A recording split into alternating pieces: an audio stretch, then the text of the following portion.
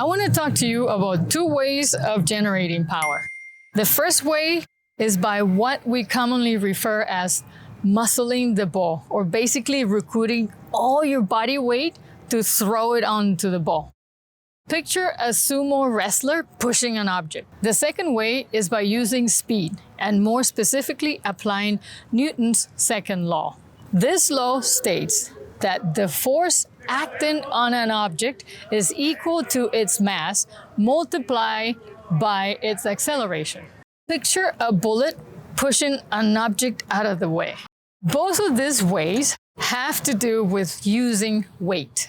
In the first example, you have to carry that weight the entire time to impose your power on an object. In our case, we would tighten up all our muscles to throw them onto the ball. The disadvantage of this is how slow that process would make our bodies move, and more importantly, how much we would be blocking the momentum that we can build by letting our energy flow using the kinetic chain.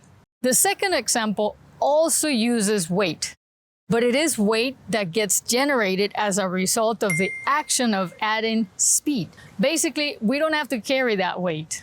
So how can we generate enough speed in our arm that will turn into some serious weight that can punch the ball? Well, by allowing the smallest muscles in your arm to contract fast, and by these I mean your hand muscles. Keep in mind that the speed of a muscle contraction is related to the size and location of the muscle. The hand has the smallest muscles and it is positioned the farthest from the body.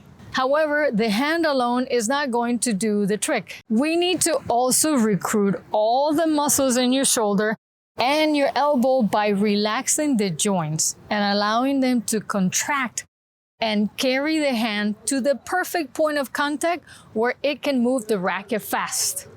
Now, the arm alone, it's also not going to do the trick.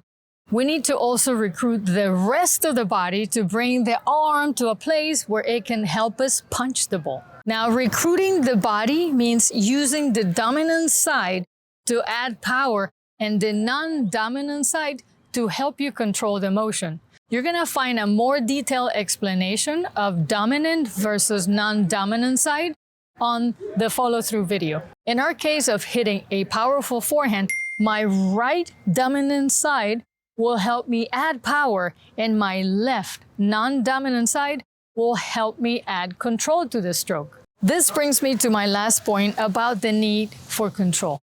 One of the results of the speed that we're going to generate with our arm is the potential to lose balance and control.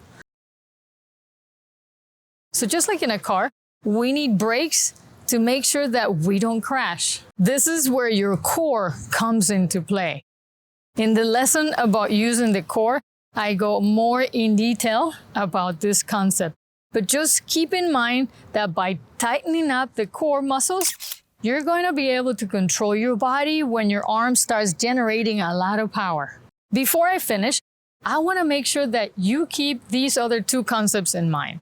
1, build speed in your arm by going from a slow backswing to a fast finish. 2, hitting the ball high over the net will give you depth, and depth will take away time and space from your opponent, which will result in your opponent potentially hitting a short ball that will allow you to mentally feel like you have the time and space to apply power on the ball. Have fun adding power to your forehand, and see you in the next video.